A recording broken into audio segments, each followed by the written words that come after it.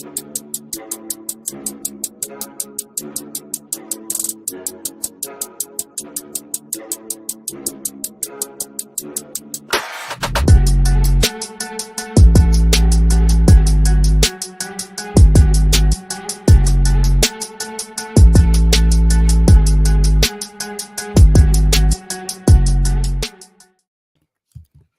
afternoon, Razorback Nation. Welcome into this Sunday's episode of the Razor Recap, brought to you by Razor Pigs. Looking good, never felt so fun, y'all. Razor Pigs is the Arkansas-born branded, bringing some serious style to the golf course, the tailgate, and everywhere in between.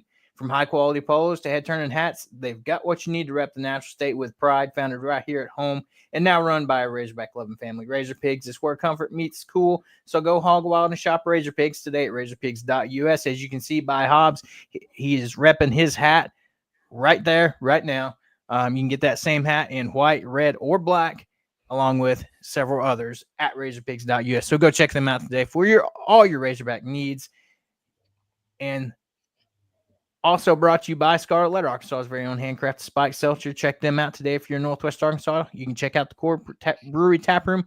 They just reopened after some remodeling, so get out there and check it out, where you can get Scarlet Letter in all its various flavors. And gentlemen, what a fantastic afternoon in Razorback Nation after a great weekend. You know, they should have called this weekend Woo Pig Weekend after what happened here in Fayetteville, Arkansas, with Arkansas sweeping number one Texas softball, getting the series win against LSU, wrapping up the regular season.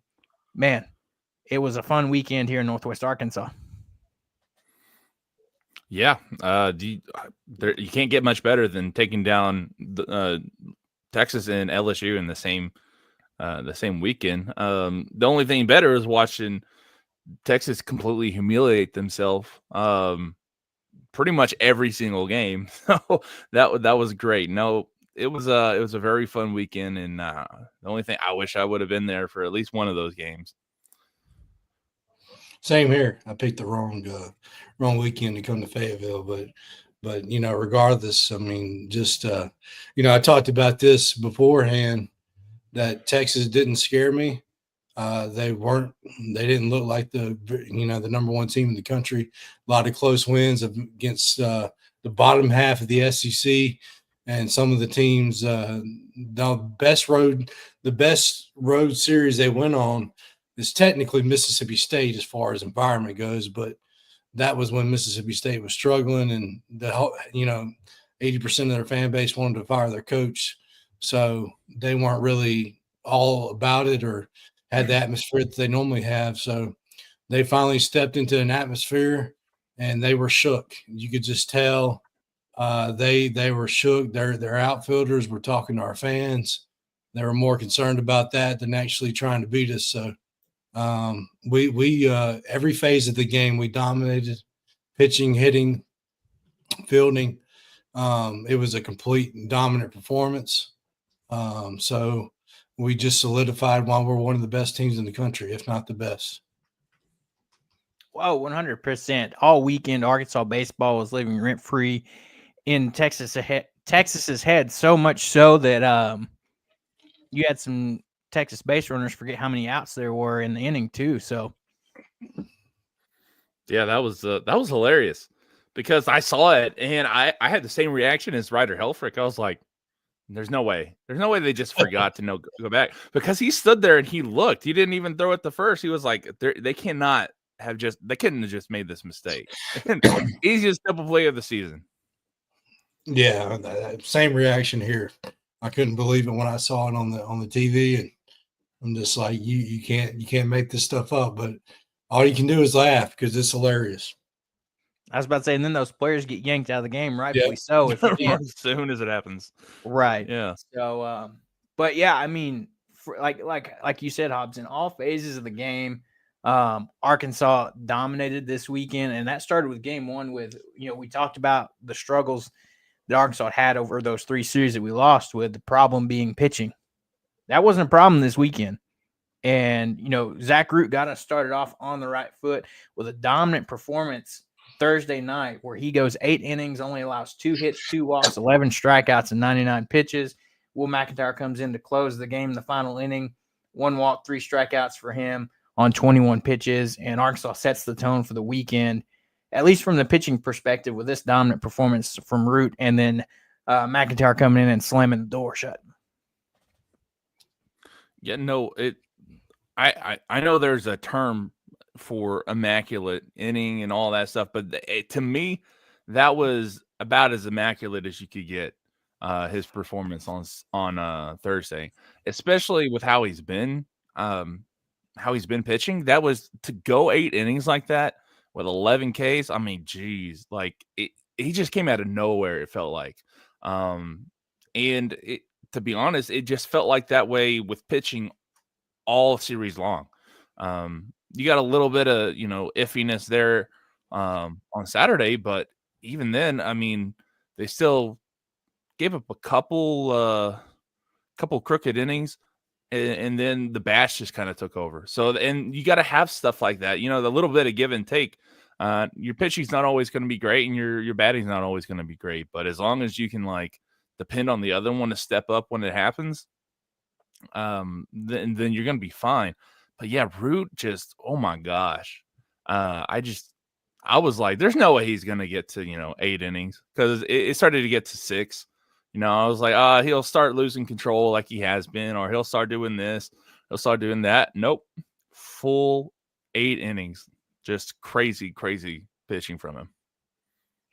Yeah, I tweeted it out as the best pitching performance since Hagen Smith last year against Oregon State.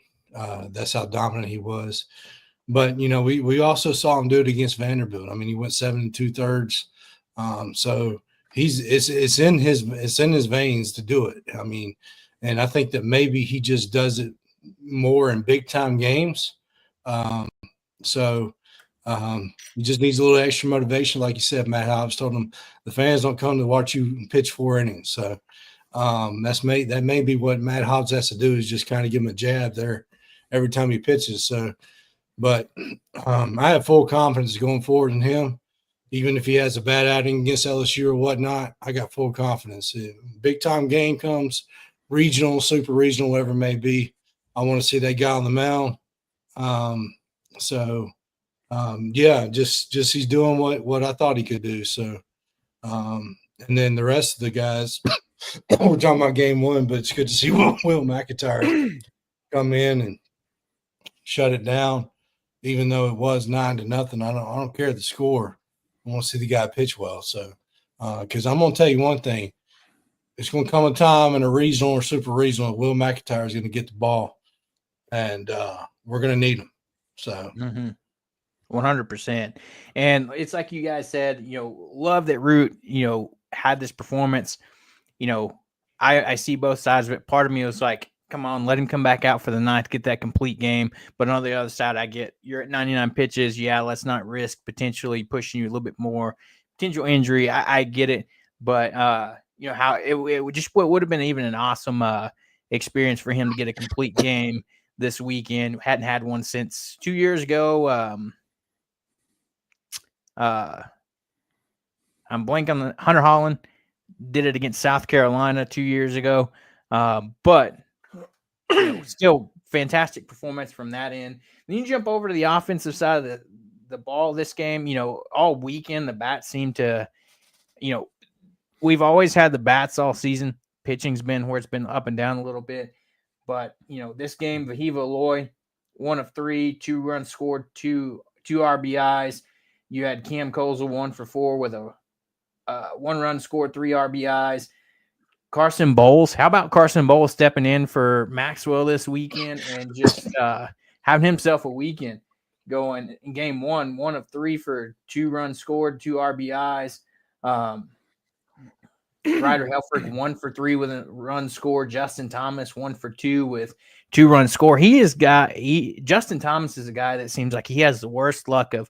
He hits the ball so hard and so many times it's almost over the wall. He finally got some this weekend, but man, the number of times he hit that ball hard this weekend, and you're like, oh, that's gone, and then you see it start to die a little bit right as you get to the wall. The center fielder, I thought he actually caught that home run ball for a second when he hit the home run like yesterday. Yeah, that was a close one. Like I could have sworn he came down with it too. And he didn't act like he missed it. He just kind of started, jogging back to the middle. I thought he got it. No, but no, the thing about this game and the hitting is like no one had just a monster game either. Everybody just had one hit. I mean, you had Kojal that had 3 RBIs, but just everybody, it was like offense by committee yesterday on Thursday. Everybody contributed. The only one that didn't was Davalon. He went 0 for 5. But he got his see later that very in the week. often. No, you don't. So, but he got back into it the next 2 games. So, no, just absolutely great team hitting. Yeah, that was the whole weekend story. The whole lineup up and down. There was no weak spots. Everybody contributed. And that's where you look at, like Dave Van Horn's talked about, you rarely have a whole lineup hitting all at once. And that's what happened this weekend, which is why we outscored Texas 29-8 or something like that. So, yeah. Yeah. And most of that 8 was on Saturday. Exactly. Yeah, exactly. Yeah. In a game that, I mean, all games matter, but realistically, it's like you look at all those occurred on Saturday, and at that point, in terms of the series, that game didn't matter. So, but it's still good to get that sweep. And you jump into game 2. We saw Gage Wood come out. Didn't necessarily know what to expect out of length and kind of what his pitch count range was. I said I would figured it was probably around 50 to 60, and he was right at that, about almost that 60 mark with 57. He went 4 innings, 2 hits allowed, one run, 9 strikeouts through 4 innings with 57 pitches. So you're starting to see that Gage Wood that we saw at the beginning of the year ever since he's come back from that injury, and slowly working his way up. 20 pitches his first outing, 40 last week, and now you see him back with nearly 60 this week. So I more than likely this upcoming weekend he's probably going to have a little bit of no limits there. It's going to be as long as his stuff's working. I think he's going to be able to give you what you need. But given 4 innings in this one, then you bring in Gabe Geckel, going 3 innings, allowing 2 hits, 1 walk, 5 strikeouts on 61 pitches. Then you bring in Aiden Jimenez to finish things out with the final 2 innings, 1 hit allowed, 1 walk, 1 strikeout on 33 pitches. This was a game where, it's 6-1.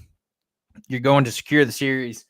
I would have really liked to keep Jimenez and started him yesterday, but I understand Dave wanting to. All right, we need to bring in our key guys, secure this game, get this series.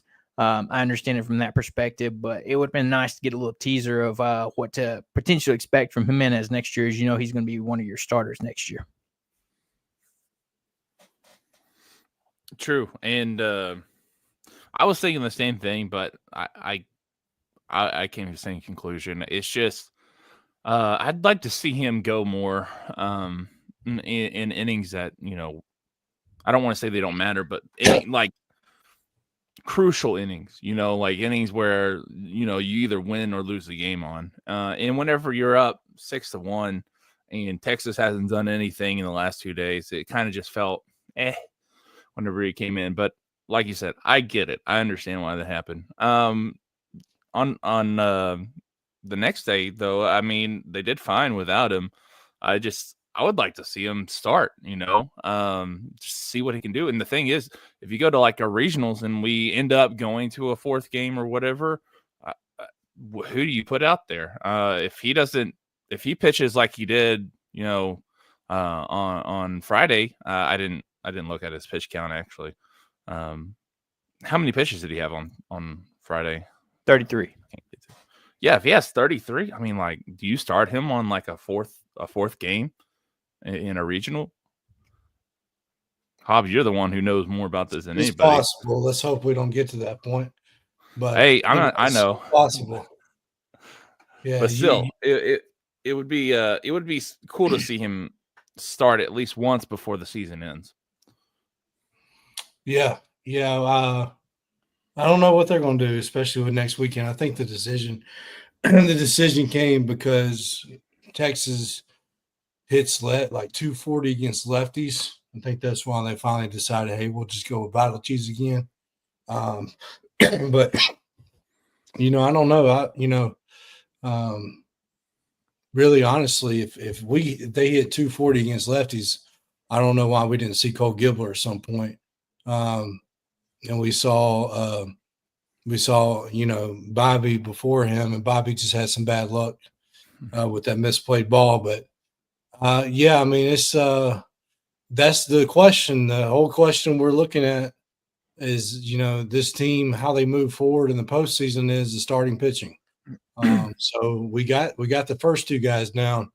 It's the third guy that's questionable, and it may be a committee role at this point, depending on how a team hits lefties and righties. But yeah, I mean, we just got to get it figured out as far as that goes. But luckily for Game 3, the offense was there, because if they weren't, we only win the series. We don't sweep them. Right. So yeah, but also look at what Gabe Gackel's done out of the bullpen. Yeah, the last two times. I mean, that might just be where he is, this year at least.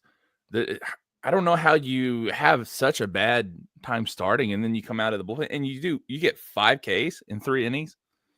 Well, when's the last time he's done that? He's going to get another chance to start. I can tell you that much. He's too high of a prospect to not get another shot. So this may be a thing. I wouldn't be surprised if he's this season. Yeah, I wouldn't be surprised if he's Game 3 starter next weekend. Wouldn't be shocked. I mean, it wouldn't be bad. It just depends, I guess it depends on how they play the first game. If they win the first game, maybe I kind of see that too. But what if they lose it? They might have to try and get as much good pitching in that Game 2 as possible. Yeah. So, I don't know. We'll see. It may have been the best thing for him to reset going back to the bullpen and then go back to be a starter. So we'll see. But he's pitching innings and doing, as a starter right now. I mean, he's coming in and throwing 4, 5, 6 innings in relief. So you can't tell me he can't be a starter. It's one of the things where maybe you just need to reset and go out of the pen a few times, but we'll see. Yeah, I think he could. I think he probably could have finished that game too. It's possible. You're probably right. He didn't look like he was losing control or anything. He looked fresh. I mean, in my opinion, but I was about to say he went 61, and I mean, it's like we talked about a week or two ago. We already know he can go starter length, so he probably had another 15, 20 pitches in him, at best. So he's already shown that he has that type of length that he can go being a starter. So yeah, we'll have to see what next weekend holds. Like you said, and Hobbs said, it'd be interesting to see, but I wouldn't be surprised if we see him getting the start at some point again this season. But as you flip over to the offense, Arkansas wins Game 2, 6-1. Charles Davalon 1 for 4 in this one, has an RBI. Vahiva Aloy 1 of 3 with a run scored. Cahillo 1 of 5 with that one being a big one, scoring 3 RBIs. Brent Iredale 1 for 2 with 2 runs scored and RBI. Justin Thomas 1 for 2 with a run scored. So, another game where just up and down the lineup, you don't see one particular guy just having an insane game. It's 1 through 9. Everybody is contributing, whether it's, getting hits, getting walks. You had Ryder Helford take 2 walks. You had Carson Bowles take 2 walks.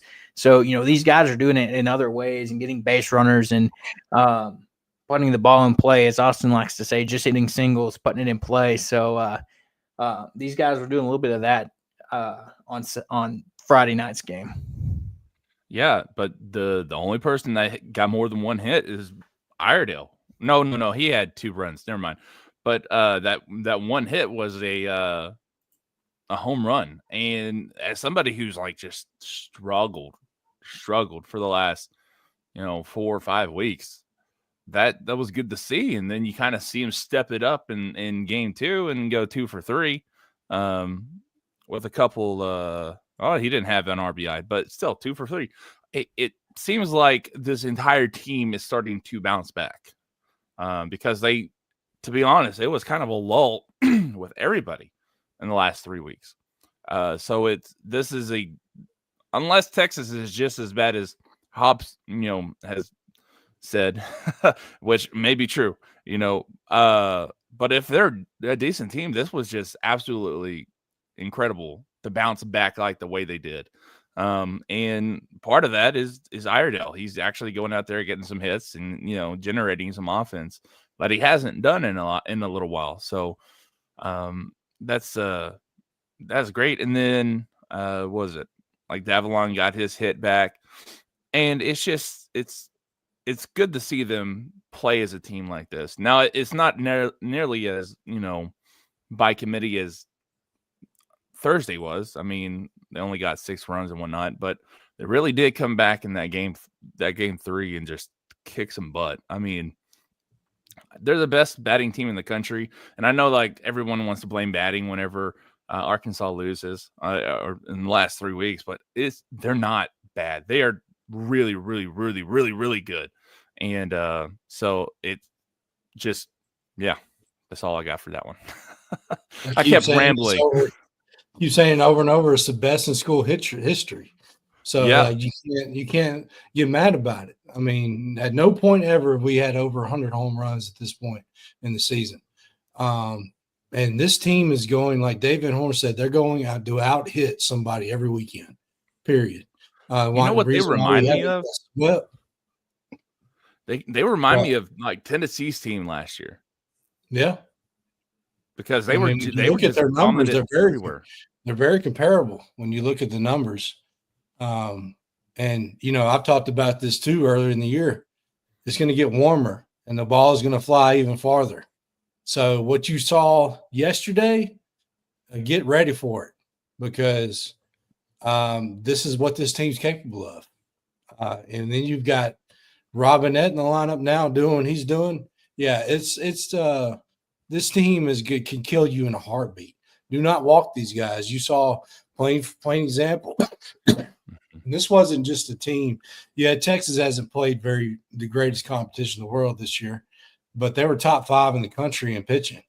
And we just did that. The guy that they threw in yesterday, their closer, they finally had a chance to put him in the game, had a 0.98 ERA. His ERA is almost 3 now after what we did to him. So, this team is every pitcher they had crazy great ERA. And what we did was phenomenal, and just shows you that this team can go far in the postseason. Right. And you look at that ERA and you'd say, oh, well, maybe he just doesn't have that many innings under him. No, he had pitched over 38 innings this season when he came into the game and had that that sub-1 ERA. And like Hobbs said, a few of these batters got a hold of him, and that's up to over 3 now. So, and so jumping to game 3, this was more of a pitch by committee, kind of like we talked about. You saw Landon Battlecheese get the start in this one at 4 innings.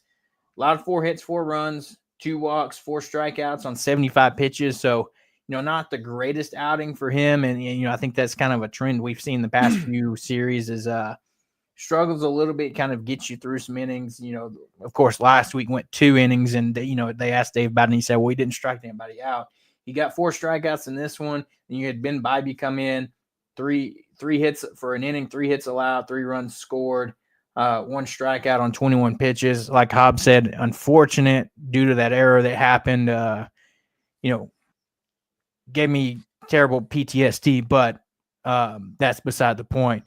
And then you had Dylan Carter come in for 2 2/3, 1 hit allowed, 1 walk, 2 strikeouts for him on 44 pitches. And Christian Vouch comes in for the final inning in the 3rd, 1 hit, 1 run, 2 walks, 2 strikeouts on 32 pitches as he closes things out for Arkansas, and they get the win in game 3, 13-8. Yeah, this, like you said, it's pitching by committee. Can't really, I wish that I would see Battlecheese go more, but if you give up 1 run an inning with the offense that Arkansas has, to start off with anyway, I don't see that being a bad thing. The Bybee thing, like you said, that was unfortunate, but Dylan Carter came in, like you said, and just cleaned it up. And then then Arkansas came with the bats. So as much as I didn't like the performance necessarily on the mound, it can't be too mad. It's game 3. We know that Bri Ellis has been struggling too. And just like the other two, what's his name? Gackle and Root, I feel, maybe a bounce back is coming with him too. We just got to be patient and see. Now, if you got game 1 and game 2 set up, that's the series win. So that's all that matters, really, right? Getting those series wins and just giving a little grace to Vital Cheese and, maybe being a little bit more patient. But like you said, maybe Gackle comes out, starts, and then Vital Cheese comes out of the pen, and then maybe that's what he needs to step up, just like Gabe Gackle. Either way, I think he's probably going to be fine. Just, be patient, which is hard to ask Arkansas Razorback fans to do because they're not patient whatsoever. Well, he's not pitching horrible. He just because he looks really good out there. It just because he got to the 3rd inning, hadn't given up a run yet. Then he walked a batter. They got a base hit, and then the guy hit a breaking ball out of the ballpark. So it's just one of them things where, and then all of a sudden it's 3-0. So you just gotta be, and there was 2 outs too. So you just got to be better with putting guys away and not walking guys. And then he can pitch longer in games. But, but Dylan Carter, man, he keeps doing that. Every time he comes in, he pitches phenomenal. I mean, he is a big time guy. If he continues to do with that, we can go a long way in the postseason because every time he comes in, he's just throwing 96, 97 and guys have a hard time hitting him. And, he's been great. And then, Fouch is wild, but, luckily he shut the door. But, if he's going to pitch in those games, close games, hold your breath. So, but, speaking of 3-0 down, like how many times has this offense been down in games and just respond? Just this offense continues to, it was back and forth the whole game. Then just the whole game, you think even at that point we were down 3-0, then Cahillo hits the 2-run shot. Then we're down 4-2. Robinette hits the 2-run shot. Then we're down 6-4. And then Thomas hits the 2-run shot. We're up 6-4. Then bam, they get 3 runs, go up 7-6. And guess what happens? Robinette again. This is just the way that this team responds offensively just shows that they're never out of a game because pitching is not always going to be on. When pitching is on, we're not going to lose, period. And the thing is with the pitching, even though they weren't great and they gave up those big runs at the worst moments, they still had like 9 Ks. Yeah, 9 strikeouts. They're just teetering on the edge of having those bad quote unquote games. They're still out there throwing strikes, So I don't know. And then, like you said, I just can't get over what Reese Robinette did, right? Like you can't have a nickname like Big Country and not be able to swing that bat, right? And he just showed the entire country that. He just showed that he has a bunch of weight behind that bat and he knows how to use it. So that was just insane. Like six of the RBIs of Arkansas's 13 came from him. Yeah, I know a lot of people are talking about, hey, why didn't he play sooner? Well, he was in the lineup a little bit in the midweek games or earlier in the season, and every time he was in the game, he would strike out. He was not catching up to the balls, and we also have some other guys that have done well in their college career, but they've just struggled this year, dealt with injuries like Pepe and Anderson. And then, Souza goes down. Frazier gets banged up a little bit. Now he gets another shot, and he takes advantage of it. And now he's hitting the ball really well. So, yeah, this is his time. And the way that he played yesterday, if he plays like that, this team is unstoppable. Yeah, I mean, it's like we saw those flashes not last year, but the year before when he had those big hits down at LSU, and you're like, okay, some flashes.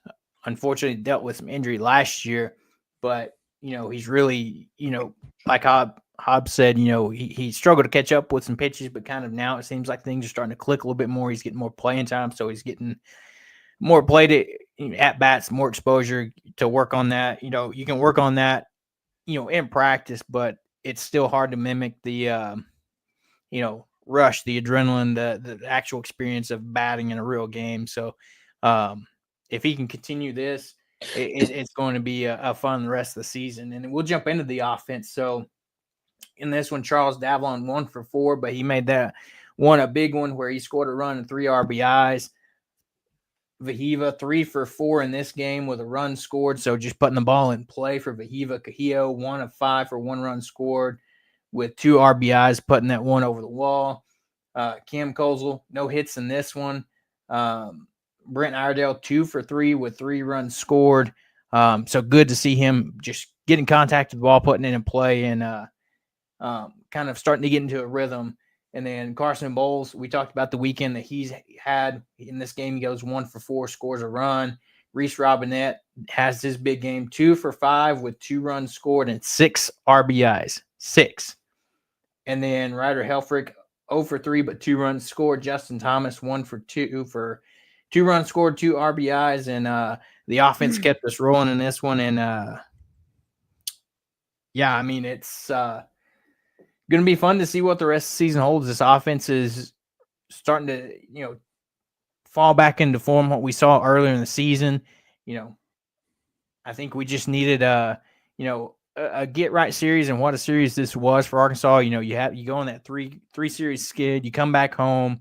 In my head, I just picture it. It's Arkansas, back from the old WWE days when you have Undertaker shoving that coffin open. That's what I imagine, with all the national media being like, wait, what's going on with Arkansas? Could this, are they out of it? Or are they down? And then boom, here we are back, being like, guys, don't doubt us. We're here to take care of business. And that's what we did this weekend. No, that's exactly what it feels like. They just who was the guy who actually said this? But they tweeted out at the end of the series. It was like they wrote us off, but we didn't write back. And I'm like, that's one of the coldest lines like ever. And it feels exactly right. And to go back to this offense, the thing is they aren't just good at getting hits, and they're good at getting walks. 9 game 2 and 11 in game 3. And probably 4 or 5 of those came in as runs.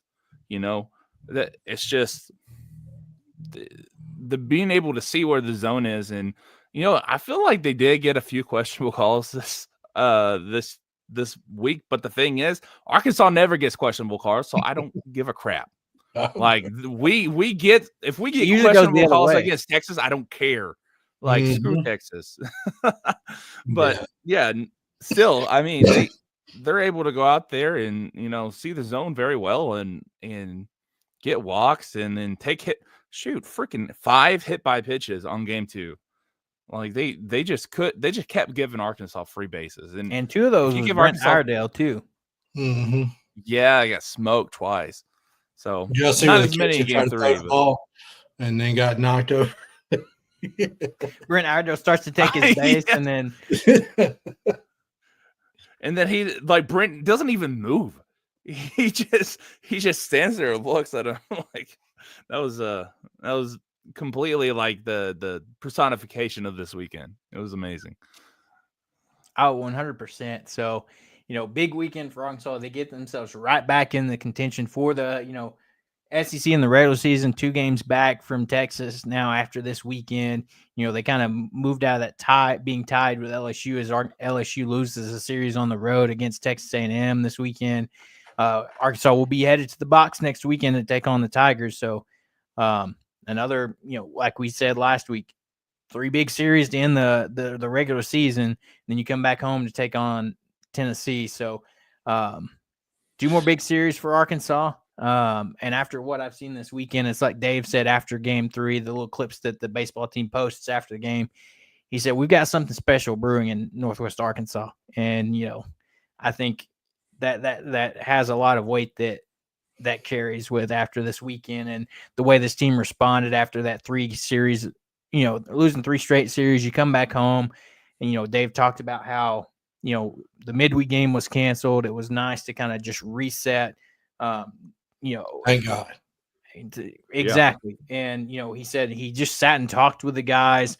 They got a chance to rest. He said everybody was just kind of really getting worn out because we have several series where you play Friday, Saturday, Sunday, and then your next one is Thursday, Friday, Saturday. And then so, your rest time between each one is cut down. So I think ultimately that midweek being canceled is good. It's like Transplant Texans said after this weekend, big salutes to game 1 Root, game 2 Wood, and game 3 Big Country. Fantastic weekend for Arkansas baseball, and I'm ready for these next 2 series. Yeah, and this is the time of year where midweek games are over. This is when it really starts. This is get hot or die. This is it. You got 2 weekends left. Then you got a pointless conference tournament and then the real regional. So this is it. This is where you'll see the weekends really matter. Because midweeks are over. You can actually use your rotation how you need to use it. Midweek games are great, but they're for the beginning of the season. They're not for the latter half. So not playing that midweek game really helped us a lot. Being back home and resting, because we were playing a lot of games on the road. We really needed that. So that's big time. And sweeping Texas and giving Maxwell and Frazier a weekend off the hill, and obviously Parker Cole's been out for a while. That's big time stuff, because we're going to need those 3 guys too. And because I like Carson Bowles a lot, but Maxwell is on a different level than him. If we can have a healthy Maxwell in right field, this lineup is just, oh my God. But then also speaking about the box, that's a place we don't play historically well at. We don't win there very often. I don't have the numbers in front of me, but I can't tell you the last time we won there, won a series there. So it's a place that we struggle at. It's a very probably the worst humans on the planet are at that place. So it's not a good environment to be in. So it's just I've been there one time to one game. I'll never go back. So, but yeah, it's going to be tough. It's funny you mentioned that because I don't know what caused it to come across my feed at some point this weekend, but I saw a video that they were talking about years ago when there was the rally possum when we were playing down at LSU that happened. And, Arkansas was up 9-1, and I forgot what point in the game it was. You had a possum run out on the field. They had to go catch it. And then after that, LSU stormed back to win the game. And yeah, I don't know why that happened to come across my feed this weekend, but I was like, huh. Hey, you remember that time that dude caught that possum in the middle of the stands at Baumwalker? Oh, remember that? It was a few years ago. 100%. That was insane. But you kind of hit on the SEC tournament a minute ago being useless, which it obviously is.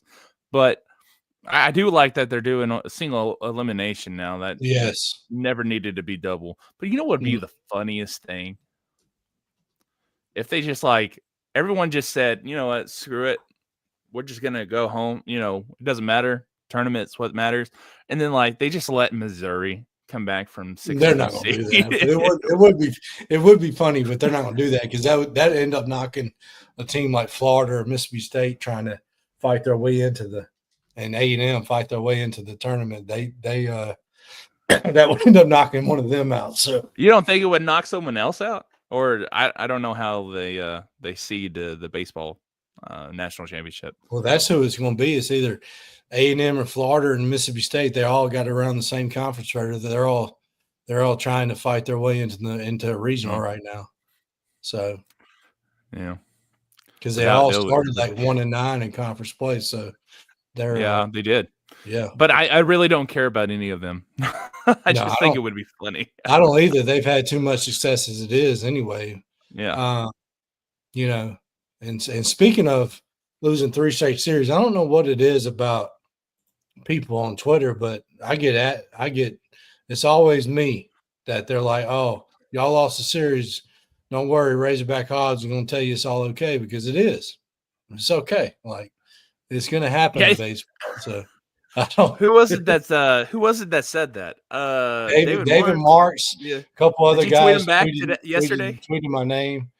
Like, all I got to do is search Hobbs, and all of a sudden somebody's talking about me in their post. Boom, boom, boom, boom. I'm like, come on, at me next time, man. So I ain't got to look for this. But yeah, it was several people that said that. And I'm like, y'all don't understand what's coming. Like, and look what just happened. So, I mean, this team is different. They're not the same team as the last couple of years. We have guys, we have depth. We don't have an easy out. There's been years where you're like, oh God, this guy's going to get out every time he's coming up to plate. Not this year. So, yeah.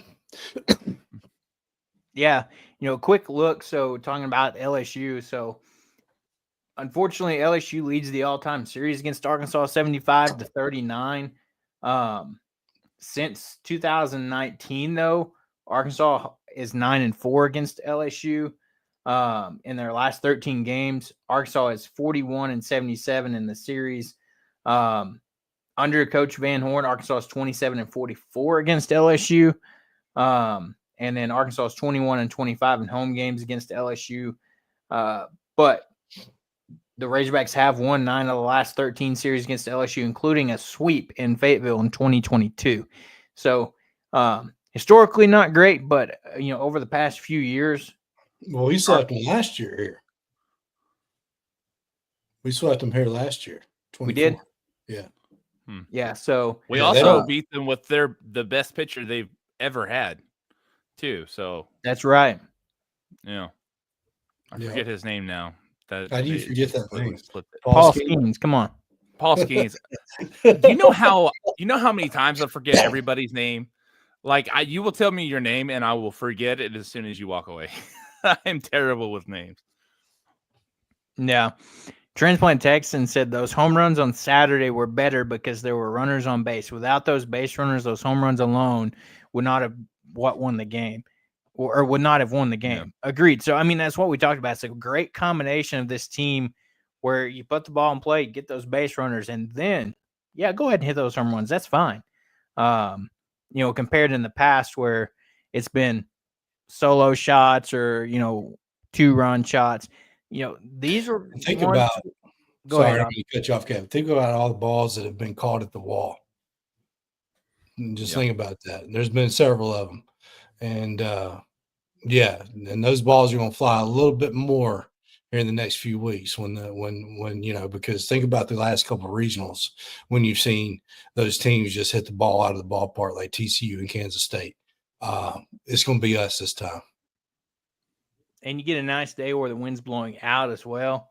That's just think about all the years where we've had an offense that was capable and what we've done to teams that come to our ballpark in regionals and super regionals. Think about what we did to Ole Miss and South Carolina when they came here in the regional. We just destroyed them. And even the first game against NC State where we put up 20 runs, like it's going to happen in a regional. Like we're going to beat the snot out of somebody. So just get ready for it. Yeah. Transplant Texas said base hits, walks, hit by pitches, however you want to do it, get on base. Well, we would prefer our guys not to get hit by pitches, but it happens from time to time. Oh, there was one pitch where I was kind of like, hey, lean into that sucker, like get on base. I said that once too. I said, I think it was we got called. It was a one that was close. That it was like I forgot which pitcher it was for Texas that he threw. It was like 76. I was like. That was one that's close that you got – wear that one. That's going to be a lot better than one that's like 89, 90, 90, upper 90s. Where that Yeah, I 70 think that was something against mile an Alfred, hour right? pitch. As long as it's not on their face, their hands, or the Stay feet. away from the ribs too. I'm good with those 3 areas, because you can take one on the thigh or the butt or the side, and you'll be fine. It may hurt, but you're fine. You got a lot of meat on those areas of your body, so you're fine. Yeah.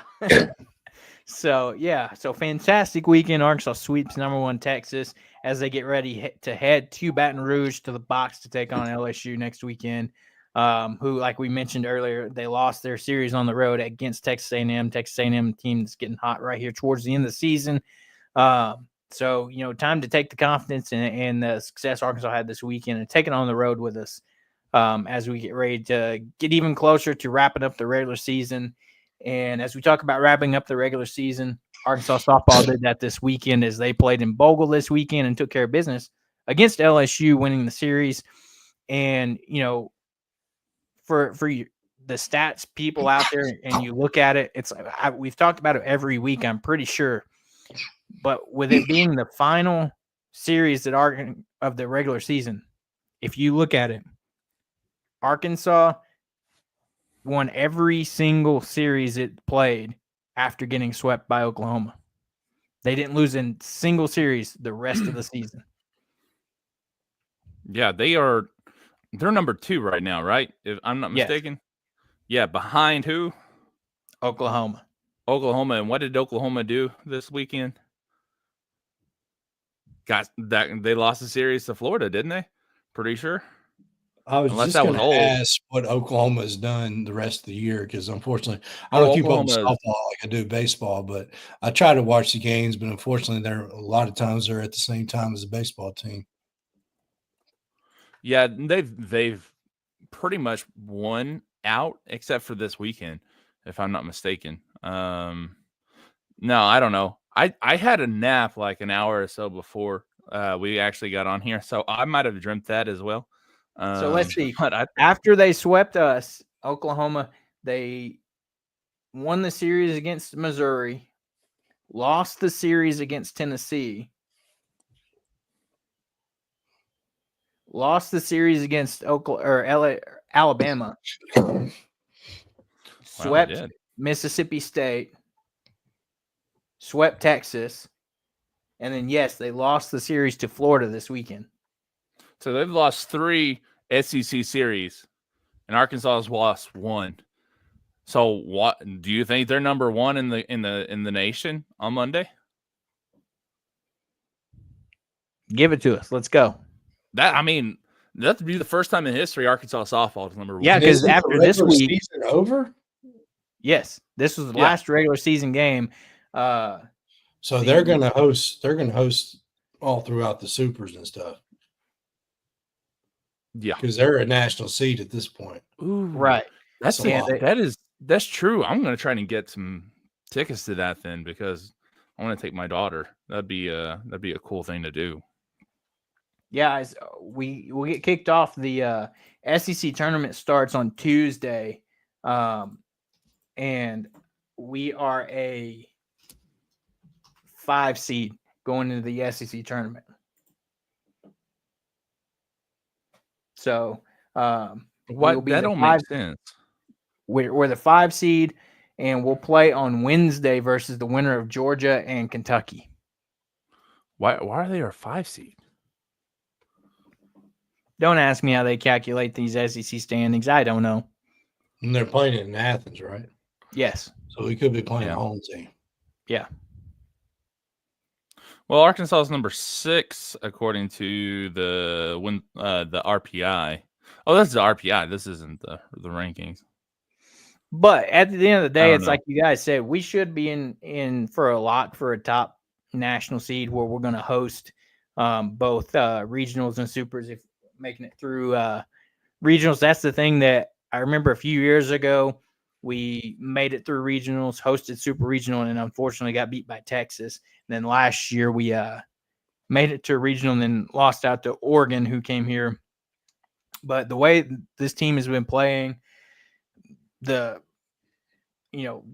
how well they've been coming out and playing, and it's just been incredible. The way that Courtney Deifel's motivated this team, the absolute insane play we've seen from, our pitchers, Robin Herron, Peyton Burnham, and then, of course, one person named Bri Ellis that has been elevating this team has been insane. So you look at game one where Arkansas won a shootout 12-9 on Thursday night, and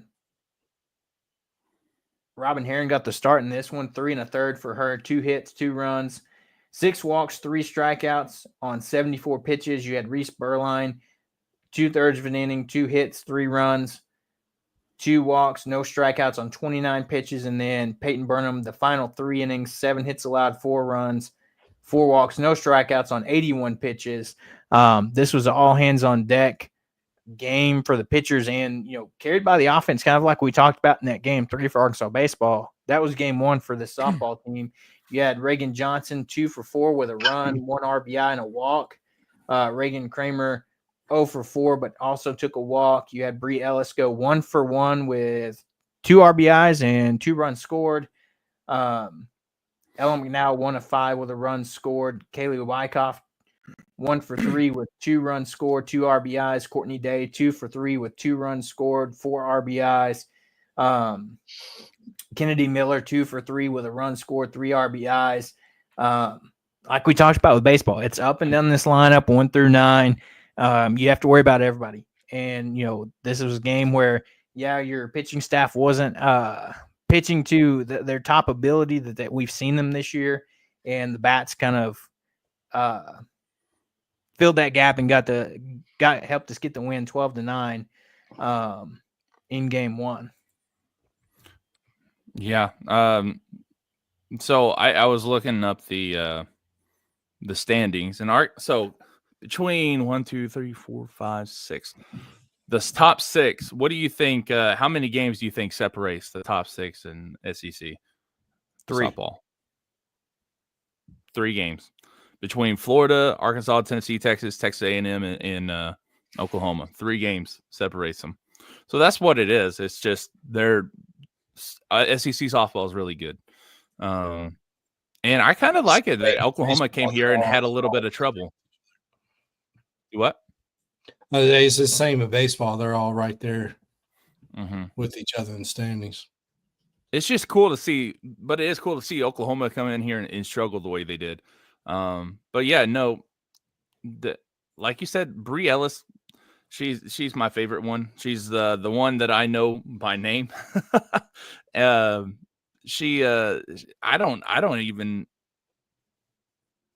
don't see how she doesn't get whatever the equivalent is for like the Golden Spikes.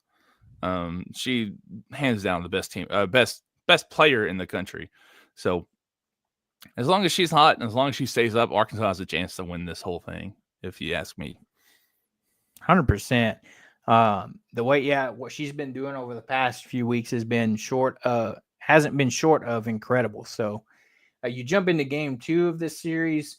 This is one where you're not going to see Arkansas have this type of game very often, and they lose 13-2. It was another game where the pitching staff didn't pitch as well as you normally seen them pitch. 4 1/3 by Robin Herron. She allowed 6 hits, 7 runs, 4 walks, 5 strikeouts on 93 pitches.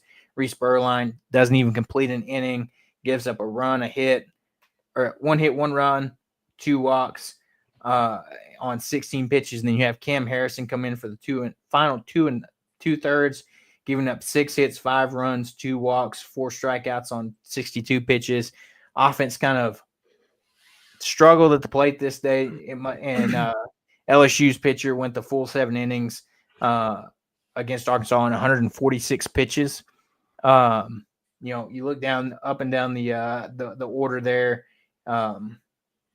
You had just a handful of our girls get hits in this one, and unfortunately they dropped this one. But then you look at Saturday's game, they bounced back and went 6-0 against LSU. Peyton Burnham goes the full game, 7 innings, 4 hits allowed, no runs, 2 walks, 6 strikeouts on 79 pitches. Bri Ellis, 0 for 0, walked 4 times. Were they intentional walks? I didn't watch the game. I get it. Would I you mean, I want to don't- pitch to Bri Ellis? I mean, Bree Bonds. That's it. No. I mean, that's it. Yeah. I mean, the way they pitched to her. Yeah. And, others in this game, you had Reagan Johnson, 1 of 3 with an RBI score. She takes a walk as well. Reagan Kramer, 1 of 3 with a run scored. Bri Ellis scores with her 4 walks and scores an RBI. So she gets walked, no hits, and still scores an RBI. So Ella McDowell 0 for 4 in this one. Kaylee Wyckoff 1 of 3 with one RBI, 1 walk. Courtney Day walked. Arkansas took 7 walks in this game.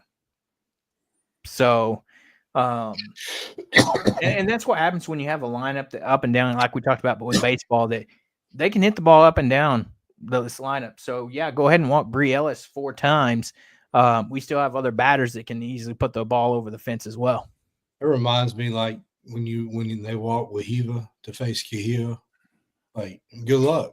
Like, right, because it's like, I mean, and that's kind of the same way in this the way this Arkansas softball lineup is set up. You've got Bri Ellis, but then you walk her. Well, you got Ella McDowell as well that's hitting 361, which it's crazy because you look at that and you're like, okay, that's pretty good, but then Bri Ellis was hitting 487. So That's insane. So 487 is insane. Yeah. And so Arkansas wrapped up the regular season, like I said, winning this final series and not losing a single series since they got swept. Whatever Coach Courtney Deifel said, told this team, it flipped the switch, and this team it looks like they're on a mission, and you don't want to get in their way right now. And that's seems to be the case. Arkansas heads to Athens, like we said, to the SEC tournament. They're 5 seed. Will be on Wednesday. We'll take on the winner of the Kentucky-Georgia matchup, the 12-13 matchup. So, be interesting to see what happens. But at this point, like Hobbs said, for baseball, this is a pointless conference tournament. Arkansas is going to be a national seed and a host. And we'll have to see what happens. But talking about on Bri Ellis, how well she's doing. Well, yesterday, she was drafted number 2 overall in the Athletes Unlimited Softball League draft. She went number 2 overall pick to the Talons, which somebody asked how will this affect potentially the rest of the season. So the Athletes Unlimited Softball League will not start until after the conclusion of the Women's College World Series. So you don't have to worry. We're not losing Bri Ellis. She's still going to be on this team. She's just secured herself a pro contract now with what she's done this year, going number 2 overall. My question is, who was drafted ahead of her? A pitcher from Oklahoma. Okay, that makes sense. Yeah. That's what I thought too. When I saw that, I was like, who's going above Bri Ellis? But it was Sam Landry from Oklahoma. Okay. Mm. But you look at her on the year, her stats. So this season,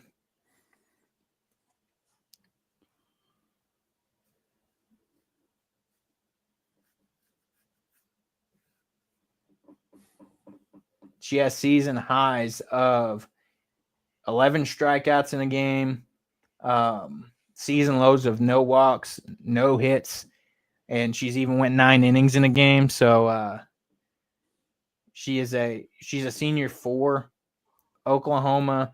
If you look at her career stats, she's been 3 times pitcher of the week. All of them come this year. In 2024, she was all region first team, all Sun Belt first team. So she transferred in from Louisiana. So she's a transfer that came into Oklahoma. But one of the top pitchers in the country I think if anybody else, you take her out of the equation, Bri Ellis is going number 1. But so she got her golden ticket at last weekend, and then which got her invite to the Athletes Unlimited Softball League, and then the draft was this last night, and then she got taken 2 overall. So you get to see her playing professionally now. After once the season finishes up, her team is the Talons, and they already released the schedule as well. So she, if you want to watch her play, she'll have a series versus the Bandits in Chicago, Illinois, a series against the Blaze in Chattanooga, Tennessee, a series versus the Bandits in Wichita, Kansas. And I think it's 4 teams. It looks like the Bandits, Blaze, and Volts are the 3 teams in the Athletes Unlimited Softball League. So congratulations to her. Big achievement by her on top of hopefully, like Austin said, winning the equivalent of the Golden Spikes, the best player in the country for Arkansas softball. So we'll see what they do in the conference tournament this week, and then wait for the selection show to see what seed they're given. Like we talked about, we assume it's probably going to be a national seed. How do you not after, you get to number 2 this week after beating Texas A&M last week? Oklahoma drops the series versus Florida. You beat number 10 LSU at home. It seems like it's all coming together like a perfect storm for this Arkansas softball team. Yeah, hopefully it does. And I was wrong. They were number 6, not number 2. I don't know where. Maybe I did dream it. Who knows? But still, what were you dreaming? I thought they were number 2 in the nation. I'm not sure why, but I don't know. Number 6, though. Close. They're only 4 spots away from it. Yeah, I think different polls had us ranked different different spots. There's one poll that did have us number 2, so you're not dreaming it at all. All right, good. I'm not just making stuff up in my head, so that's nice. At least that part you're not making up. I don't know what else that you've got made up in your head that's true or false or not. You know what? It is what it is. Yeah, and even after last weekend against Texas A&M, according to D1 softball, Bri Ellis, number 1 first baseman in the country, that's a given. And then you had Courtney Day ranked as the number 2 utility player in the country. So, right. Yep. So Softball America poll that they got number 2 there, but yeah, good stuff. Yeah. A little bit of football news to report. Kind of went under the radar this weekend with everything going on, but Arkansas added another transfer portal piece on Friday. UCF linebacker transfer Andrew Harris committed to the Hawgs. He is a former 4-star player out of the 2023 class. And he was reportedly on campus for an official visit this week, and that was enough for him to kind of decide, hey, I'm going to play for Arkansas. For last season for UCF, he was mainly on special teams, posted 9 tackles, half a tackle for loss. If his name does sound familiar, he was a player that out of high school was linked to Arkansas. Travis Williams tried to flip him to Arkansas after he left UCF, but then he chose to stick it out with UCF, but decided to enter the portal, and then, it's headed to Arkansas, so that linebacker room gets deeper, and with that kind of transfer window closed now,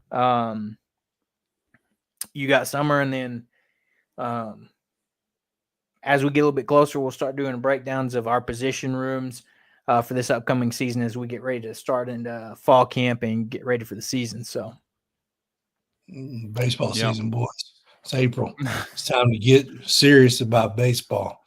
We got a chance to win the whole thing, and softball. Beautiful, beautiful thing. But hey, before we get off, there was speaking about football though.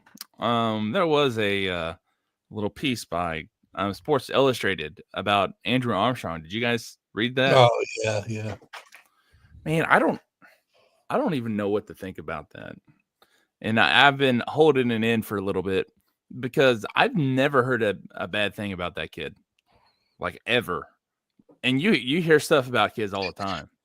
And for that guy to come on to Out of Bounds, he was for those of you who don't know, he's an NFL agent, came on to 103.7 The Buzz Out of Bounds show and talked about why Andrew Armstrong fell out of the draft.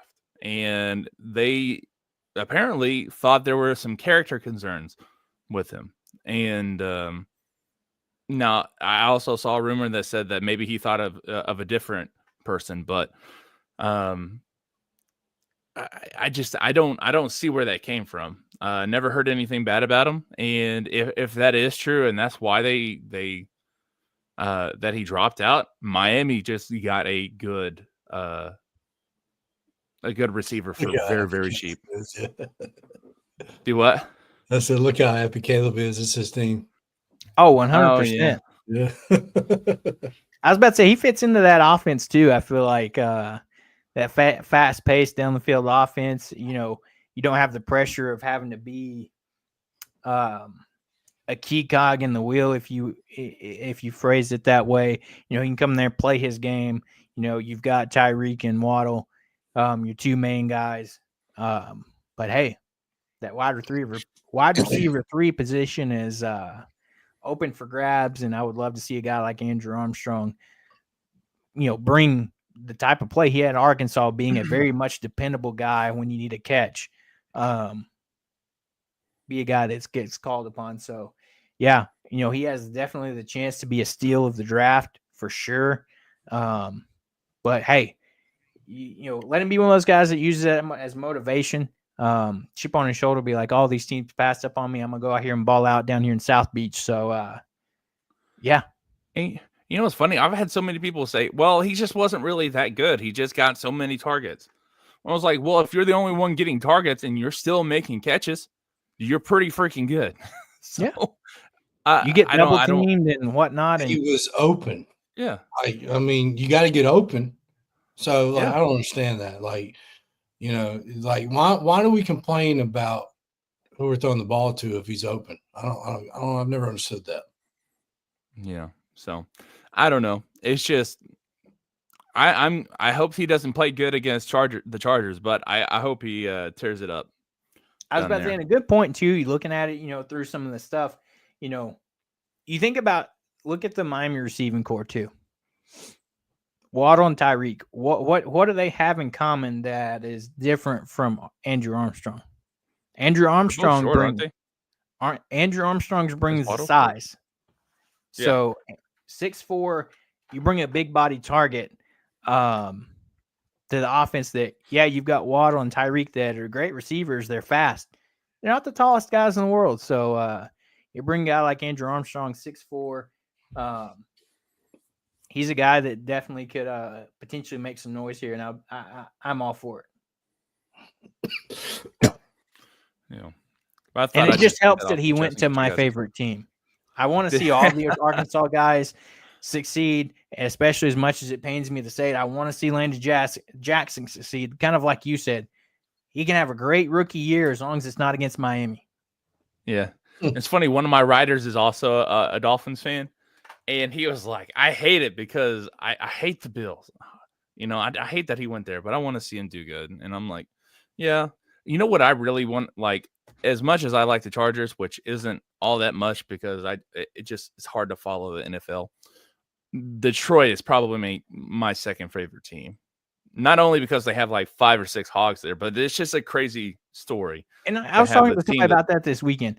Detroit is the perfect fit for a guy like Isaac Tesla. Yeah. I could see him easily being Campbell, wide receiver 3 there.